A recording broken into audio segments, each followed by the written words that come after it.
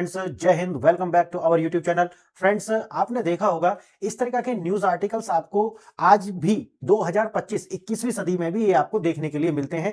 आप हिंदी का न्यूज़पेपर उठा लीजिए या है तो आप इंग्लिश का न्यूज़पेपर उठा लीजिए, लेकिन आपको इस तरीका की जो न्यूज है वो पढ़ने के लिए मिलेंगी। जैसे कि उदाहरण के लिए बिहार, 5 लोगों की हत्या पुलिस बोली डायन बताकर मार दिया गया।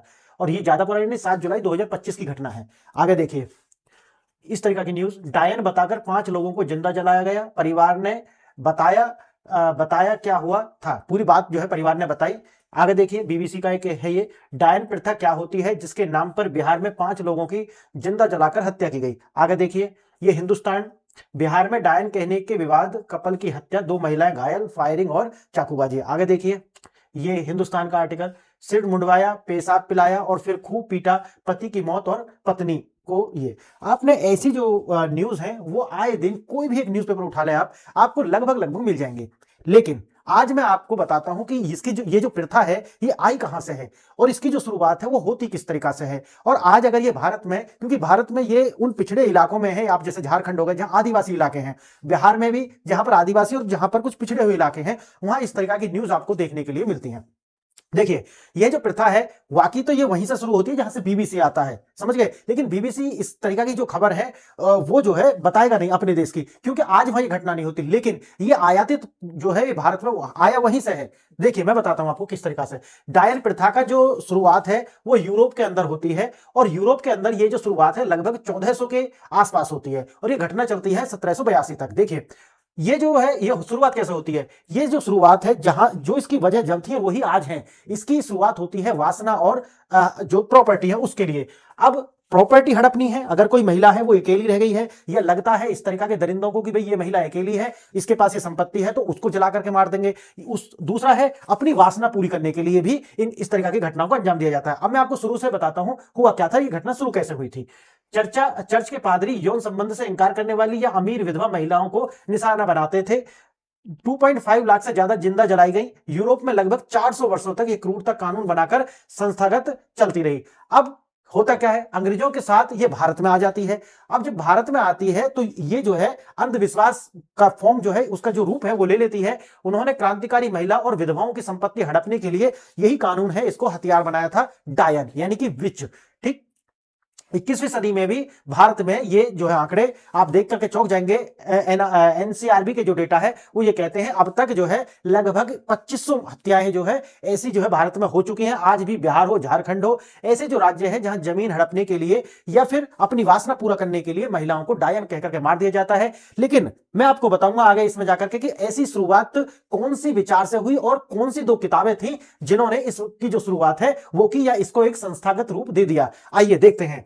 पहले इसे पढ़िए। 8 जुलाई 2025 पूर्णिया जिले में अर्जुन उरांव ने देखा कि सैकड़ों की भीड़ धारदार हथियारों से एक महिला को डायन कहकर पीट रही थी। जब उसने और उसके परिवार ने हस्तक्षेप करने की कोशिश की तो भीड़ ने उन्हें बंधक बना लिया और अर्जुन की मां और उसके भाई सहित एक ही परिवार के 3 महिलाओं और 2 पुरुषों को घेर कर और खींचकर पेट्रोल छिड़क कर जिंदा जला दिया। देखिए यह कोई प्राचीन इतिहास नहीं है, ये अभी 2025 की ही घटना है। आइए, जिस देश के किसी भी धर्म ग्रंथ में डायन का जिक्र तक नहीं है वहां यह क्रूर प्रथा कहां से आई। यानी कि अगर आप हिंदुइज्म में देखेंगे तो हिंदुइज्म के किसी भी धर्म ग्रंथ में डायन जैसे शब्द आते ही नहीं है। और महिलाओं को तो यहां पर आप देखेंगे जिस की जो निंदा लोग आज करते हैं उस मनुस्मृति में भी लिखा हुआ है कि जहां महिलाओं की पूजा होती है, जहां महिलाओं की पूजा नहीं होती वहां पर देवता निवास नहीं करते, और जहां पूजा होती है वहां देवता निवास करते हैं। लेकिन आज जो है एक प्रथा चल पड़ी है कि मनुस्मृति को गलिया हो। समझ कैसे हैं और कौन सी वो 2 किताबें हैं जिन्होंने इस कुरूप प्रथा या कुप्रथा को जो है एक संस्थागत फॉर्म या रूप दिया था। देखिए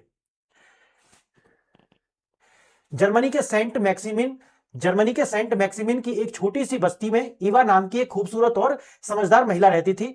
चर्च के एक पादरी ने उससे यौन संबंध बनाने की मांग की। ईवा के इंकार करने पर पादरी ने उस पर डायन होने का आरोप लगा दिया। तत्कालीन विच हंटिंग कानून के तहत ईवा को जिंदा जलाकर मार दिया गया। इस घटना ने डर का ऐसा माहौल बनाया कि कुछ ही सालों में उस 2200 लोगों की बस्ती में 500 महिलाओं को डायन बताकर मार दिया गया। आप समझ गए शुरुआत कैसे होती है। चर्च से शुरुआत होती है। यानी कि जो चर्च का पादरी है वो एक इवा नाम की जो लड़की है उस पर मोहित होता है, वो उससे शारीरिक संबंध की मांग करता है, लेकिन जो लड़की है इवा वो मना कर देती है। इसी से पादरी जो है वो उसकी भावनाएं आहत हो जाती हैं और वो क्या करता है, इस लड़की को डायन बता करके मार देता है। जहां ये लड़की रहती थी वहां 2200 परिवार रहते थे और उन 2200 में से 500 महिलाओं को जो है 2200 लोग रहते थे और उन 2200 में से 500 महिलाओं को इसी विच हंटिंग कानून के तहत मार दिया जाता है। अब क्या है, ऐसा करने के पीछे मकसद क्या था? जो चर्च था उसके मकसद वही है जो आज मैंने बताए हैं, उस टाइम पे भी वही थे। पहला है जो वासना और दूसरा है उनकी प्रॉपर्टी, यानी कि जो उनकी प्रॉपर्टी है उसको हथिया लेना। ये दो ही कारण है। पहला है यौन शोषण का एक हथियार। यूरोप में डायन का आरोप महिलाओं पर नियंत्रण का एक शक्तिशाली साधन बन गया। जो भी महिलाएं या लड़की किसी पादरी या शक्तिशाली पुरुष को यौन मांगों को ठुकरा देती उसे डायन घोषित कर दिया जाता, उसे सार्वजनिक रूप से जलाकर, फांसी देकर या पीट पीट कर मार दिया जाता था। इस डर के कारण कई महिलाओं को अपनी जान बचाने के लिए यौन शोषण सहने पर मजबूर होना पड़ता था। अब आप समझिए, तो पहला तो यह हो गया कि भाई उन्होंने अपने प्रॉफिट के लिए यह सारा किया, अपने लाभ के लिए यह सारा काम किया। दूसरा मकसद जो मैंने आपको बताया, संपत्ति हड़पने के लिए। अब संपत्ति में क्या होगा, जैसे कोई अकेली महिला है, कोई विधवा महिला है, उसका कोई भी संतान आगे नहीं है, तो दूसरा निशाना थी वे महिलाएं जिनके पास अपनी जमीन या संपत्ति थी, खासकर विधवा और संतानहीन या अकेली महिलाएं। उन्हें डायन घोषित करने के बाद उनकी हत्या कर दी जाती थी। उनकी मृत्यु के बाद उनकी सारी धन संपदा पर चर्च का कब्जा हो जाता था और यह अंधविश्वास नहीं बल्कि संपत्ति हड़पने का एक सुनियोजित तरीका था। अब इसको सुनियोजित कैसे किया गया, वो 2 किताबें लिखी गई और उन्हीं किताबों ने इसको एक संस्थागत रूप दे दिया। आइए मैं उनको दिखाता हूं। एक संस्थागत क्रूरता, डायन विभाग और उसकी मार्गदर्शिका किताब जो है वो लिखी जाती है। इस अपराध को संस्थागत रूप देने के लिए चर्च द्वारा बाकायदा डायन विभाग यानी कि विच डिपार्टमेंट की स्थापना की गई और जिसमें जज नियुक्त किए गए। विरोध करने वाली महिलाओं को डायन कैसे घोषित किया जाए, इसके लिए पादरियों ने 2 किताबें लिखी। पहली किताब है मालियस मैलिफेक्रम और दूसरी है डी लेमिस एट पैथोलिक्स। नाम थोड़े से, क्योंकि नाम जो है जर्मन है तो इस तरीके से है। तो आप देखिए, ये किताबें यूरोप में चर्च को बेलगाम कानून बन गई जिसने 2.5 लाख से ज्यादा महिलाओं की जान ली। यानी कि ये वो 2 किताब हैं जो प्रथा शुरू वहां से हुई है, यूरोप से हुई है, जर्मन से हुई है। लेकिन धीरे धीरे जब अंग्रेज यहां पर आए तो वो साथ में इस तरीका की कुप्रथा भी लेकर के आए और उन्होंने इन्हीं प्रथाओं का यूज करके भारत की जो वीरांगनाएं थी जिनको वैसे काबू नहीं कर सकते थे तो उनको यानी कि डायन बता करके उनको जो है मार दिया जाता था। और इसी प्रकार से अंग्रेज चले गए, लेकिन ये जो कुछ बुराइयां हैं वो भारत में अंग्रेज आज भी छोड़ गए। कुछ काले अंग्रेज आज भी छोड़ गए। भारत में आज बहुत सारे काले अंग्रेज है ना, जिन्हें अंग्रेज बनने में बड़ा शौक है। भारत के अंदर आज भी मैकाले की वही संतानें जीवित हैं भारत के अंदर। समझ गए आप? देखिए, यह अंधविश्वास नहीं, एक आयात था। आयात क्या था? ये विचार तो यूरोप का था लेकिन उसको भारत पर थोप दिया गया, क्योंकि जब वो आए अपनी संस्कृति के साथ साथ, क्योंकि यूरोप में तो 18वीं शताब्दी में जो है रेनेसा यानी कि पुनर्जागरण आ गया। रेनेसा का मतलब है यानी कि चर्च से मुक्ति एक तरीका से, यानी कि आप अब विचार स्वतंत्र हैं। मैंने आपको पहले एक वीडियो बनाई थी, अगर आपने नहीं देखी होगी तो मैं उसका लिंक भी इसमें डाल दूंगा, किसी और चैनल पर डाली होगी मैंने। तो मैंने आपको बताया था कि पुनर्जागरण यूरोप में ही आ सकता था, लेकिन सोच क्या है हमारी सोच ये है कि नहीं, पुनर्जागरण एक बहुत बड़ी चीज है जो भारत में नहीं आई बल्कि यूरोप में आई। जबकि है इसका उल्टा, भारत में पुनर्जागरण की जरूरत ही नहीं थी। क्यों? क्योंकि जो पुनर्जागरण है इसका मतलब है कि जो धर्म है उसका एक तरीका से, जो रिलीजन की बात कर रहा हूं, धर्म मतलब है रिलीजन, क्योंकि धर्म अलग है रिलीजन अलग है। तो जब मैं रिलीजन की बात कर रहा हूं, रिलीजन का ये जो पादरी है और ये जो चर्च व्यवस्था है इससे अलग हो जाना। और अब व्यक्ति को प्रिस्क्रिप्शन में नहीं बल्कि डिस्क्रिप्शन में सोचने की आदत, यानी कि जो लिखा है उनकी बाइबल में, यानी कि चाहे वो ओल्ड टेस्टामेंट हो न्यू टेस्टामेंट, उससे अलग जाकर के सोचने की जो स्वतंत्रता है यही पुनर्जागरण है।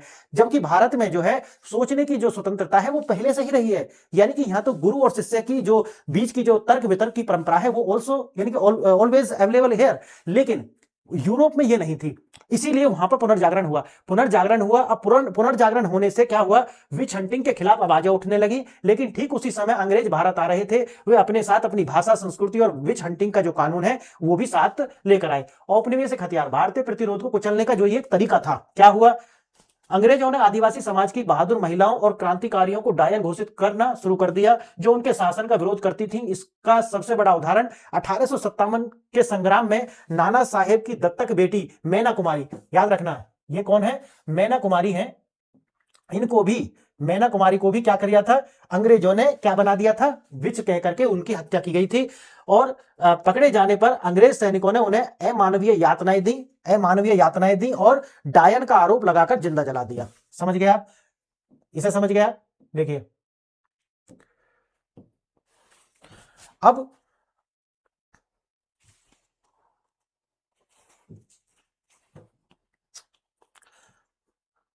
अंग्रेज चले गए, लेकिन अपराध यही रह गया। मैंने क्या बताया कि अंग्रेजन के जाने से यहाँ पर बहुत सारी चीज रह गई हैं, उनमें से कुछ काले अंग्रेज भी भारत के अंदर आज भी हैं, उनकी मानसिकता वही है, मैं काले वाली। अब होता क्या है, देश आजाद हुआ लेकिन यह प्रथा यही रही, यानी कि प्रथा कहीं नहीं गई, प्रथा लगातार बनी रही। यह यौन संबंध बनाने और निजी जमीन हड़पने का एक आसान तरीका बन गया।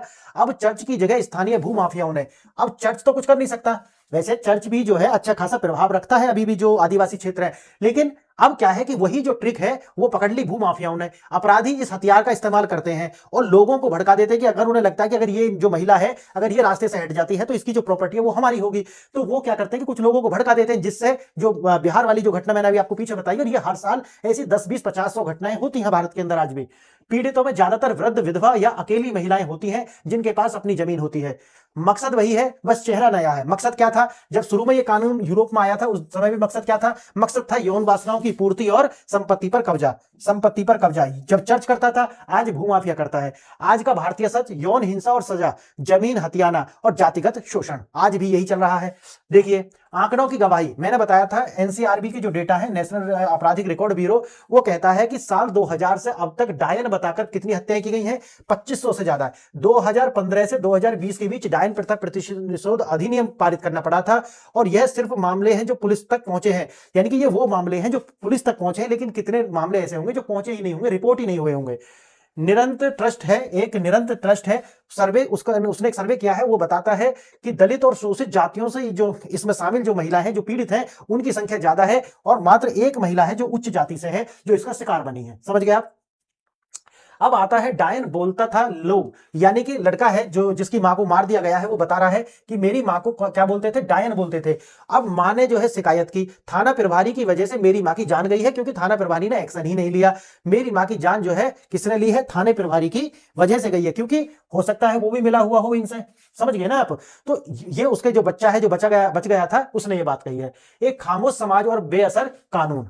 खामोश समाज क्या है, कानूनी विफलता। देखिए इधर कानूनी विफलता, कानून तो है, कानूनी विफलता। बिहार जैसे राज्यों में कानून तो है लेकिन गांवों में लागू नहीं होता।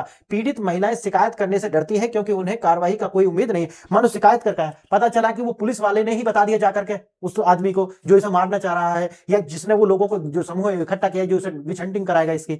धार्मिक चुप्पी। आज तुम देखते होगे कि भारत के अंदर कथावाचकों की एक भीड़ है। जब से ये इंटरनेट आया है, वैसे तो जब केबल टीवी थे तब भी था, लेकिन अभी तो बहुत ज्यादा है।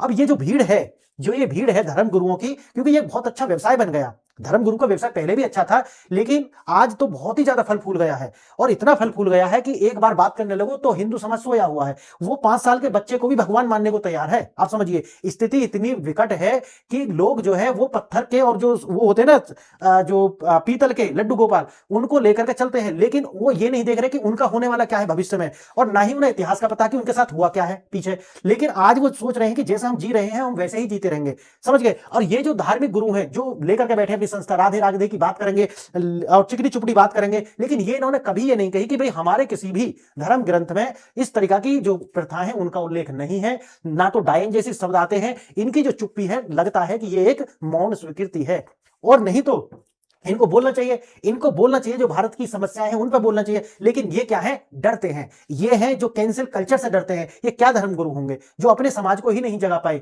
सबसे बड़े तो ये लोग हैं जो समस्या आने वाली है उनसे बड़े तो ये लोग हैं, आपको मैं बताऊं, क्योंकि ये आपको थपकी देकर के सुलायत रखना चाहते हैं। 14वीं सदी का यूरोप या 21वीं सदी का भारत, यही है कि आज जो 14वीं सदी में यूरोप में होता था वहां तो बंद हो गया, लेकिन ये भारत में आज भी इन्हीं 2 या 3 मुद्दों को लेकर के इस तरीका की जो शर्मनाक घटनाएं हैं उनको अंजाम दिया जा रहा है। कानून बने हैं, लेकिन बात वही है कि कानून को लागू करना पड़ेगा। इंप्लीमेंटेशन सबसे बड़ा इशू है हमारे यहां पर, क्योंकि कानून जो है वो किसके लिए है, वो गरीब लोगों के लिए है। गरीब लोग उसके विक्टिम है। याद रखना, कानून अमीर लोगों पर लागू नहीं होता, ना उन्हें जरूरत है, उनके पास पैसा है। और मैंने कई सारी वीडियो बनाई भी है, अभी वैसे तो सुप्रीम कोर्ट में उसे लेकर के बहुत सारी कार्रवाई चल रही है कि भाई ये जो बाईपास सिस्टम है, पर्ची सिस्टम है, ये बंद होना चाहिए। क्योंकि गरीब लोगों को न्याय कहां से मिलेगा जब हर व्यक्ति छोटी से छोटी बात को लेकर के सुप्रीम कोर्ट जाएगा, क्योंकि उसके पास पैसा है, वो पैसा दे सकता है कपिल सिब्बल जैसे लोगों को। तो उनकी जो पर्ची है वो पहले लग जाएगी। तो आज हमारे सामने ये चुनौतियां हैं और मुझे लगता है कि एक शर्म का विषय है कि 21वीं शताब्दी और 2025 में इस तरीका की जो घटनाएं हैं महिलाओं को लेकर के वो भी आज समाज में घट रही हैं। इसके लिए सरकार को सोचना चाहिए और जो राज्य सरकारें हैं उनको इस पर सख्त से सख्त कदम लेना चाहिए कि ये जो लागू है कानून जो है इसको अच्छे से लागू किया जाए और ऐसी एक भी घटना ना हो, क्योंकि ये एक शर्म का विषय है। फ्रेंड्स, आप इस वीडियो को दूसरों के साथ शेयर करें, ज्यादा से ज्यादा जागरूकता फैलाएं। अगर आपका इसमें कोई किसी भी तरीका का कोई विश्वास है तो आप कमेंट करें और नेक्स्ट वीडियो किस टॉपिक पर चाहते हैं उसके लिए कमेंट करें। आपने मेरी बातों को इतने ध्यान से सुना उसके लिए धन्यवाद। नमस्कार।